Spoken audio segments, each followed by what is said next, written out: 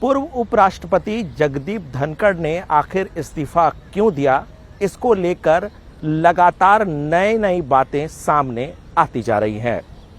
जब उन्होंने इस्तीफा दिया तो आधिकारिक रूप से उन्होंने इस बात का जिक्र किया कि सेहत की वजह से वो इस्तीफा दे रहे हैं। लेकिन सवाल इसलिए उठ रहे थे क्योंकि मानसून सत्र की शुरुआत हुई थी और मानसून सत्र के पहले ही दिन उपराष्ट्रपति, जो कि राज्यसभा सभापति होते हैं, उनका इस्तीफा वाकई सवालों के घेरे पे थी।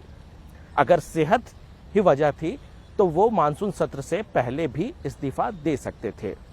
जाहिर सी बात है, ऐसे में कई सवाल खड़े हुए और जो बातें सामने निकल कर आई उसमें ये कहा गया क्योंकि जस्टिस यशवंत वर्मा को लेकर जो महाभियोग लाया जा रहा था, उस मसले पर जिस तरीके से पूर्व उपराष्ट्रपति ने सदन के पटल पर घोषणा की, जिस तरीके से विपक्ष जो महाभियोग लाने की कोशिश कर रहा था उसकी घोषणा की, उससे कहीं ना कहीं सरकार असहज स्थिति में हो गई। क्योंकि सरकार चाहती थी कि उनके खिलाफ जो महाभियोग है वो लोकसभा में लाया जाए और संसद के पहले ही दिन लोकसभा के तकरीबन 150 सांसदों ने, जिसपे खुद कांग्रेस के राहुल गांधी भी शामिल थे, उन्होंने इसका प्रस्ताव लोकसभा स्पीकर ओम बिरला को दी थी। यानी कहीं ना कहीं सरकार जो नीति बना रही थी, सरकार जिस तरीके से इस महाभियोग को लाना चाह रही थी, उससे उलट जगदीप धनखड़ ने किया। इसके अलावा भी कई ऐसी बातें हैं जिसका लगातार खुलासा होता जा रहा है। आज हम बता रहे हैं एक बड़ी बात। सूत्रों के मुताबिक जगदीप धनखड़ लगातार विपक्ष के बड़े नेताओं से मुलाकात करते थे, उनसे बातचीत करते थे और नीतिगत मसलों पर उनसे चर्चा और विचार विमर्श करते थे।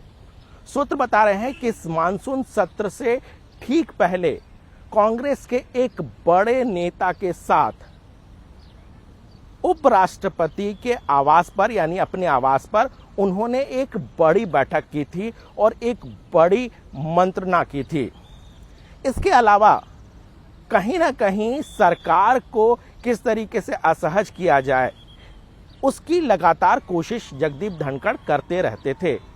इस सारी बातों की जानकारी खुद प्रधानमंत्री नरेंद्र मोदी और सरकार के कई वरिष्ठ मंत्रियों को थी। उसके बावजूद भी कहीं ना कहीं वो लगातार इशारों में जगदीप धनखड़ को ये कहते थे कि आप जो वो कर रहे हैं वो ना करें।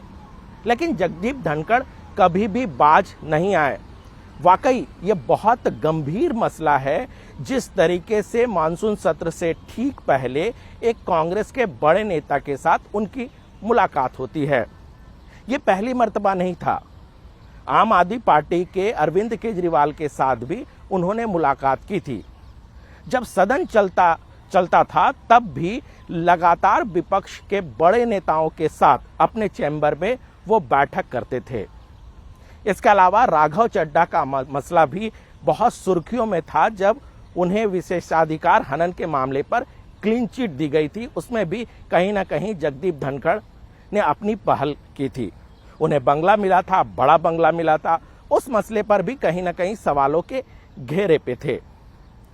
दूसरी सबसे बड़ी बात है कि जो नीतिगत मामले थे, चाहे वो किसानों से जुड़ा हुआ मसला हो या न्यायपालिका से जुड़ा हुआ मसला हो, लगातार कहीं ना कहीं सरकार की नीतियों के खिलाफ जगदीप धनखड़ बयान दिया करते थे, जिससे सरकार असहज स्थिति में हो जाती थी। आपको ये भी बता दूं कि राष्ट्रपति भवन में एक कार्यक्रम था जिसमें प्रधानमंत्री नरेंद्र मोदी और उपराष्ट्रपति जगदीप धनखड़ मौजूद थे। सूत्र बताते हैं कि प्रधानमंत्री नरेंद्र मोदी ने बहुत ही हल्के तौर पर जगदीप धनखड़ को उनके बयान को लेकर चर्चा की थी कि आप बहुत सुर्खियों में रहा करते हैं। यानी सरकार की तरफ से लगातार उन्हें चेताया जा रहा था कि चूंकि आप एक संवैधानिक पद पर हैं और सरकार ने आपको बड़ा दायित्व दिया है, ऐसे में मीडिया में छाने के लिए केवल सुर्खियों में ना रहें। बावजूद इसके जगदीप धनखड़ जो कर रहे थे उसे किसी भी तरीके से वो बाज नहीं आ रहे थे और यही वजह है कि सरकार लगातार असहज स्थिति में आती रही और जिस तरीके से मानसून सत्र के पहले दिन हुआ इम्पीचमेंट मोशन को लेकर, वो एक तरह से ट्रिगर पॉइंट साबित हुआ। यही वजह है कि जगदीप धनखड़ की ऐसी स्थिति बन गई कि उनको फेयरवेल स्पीच भी नहीं देने दिया गया। कैमरामैन हरीश के साथ अनूप गुप्ता, न्यूज़ 18 नेटवर्क, दिल्ली।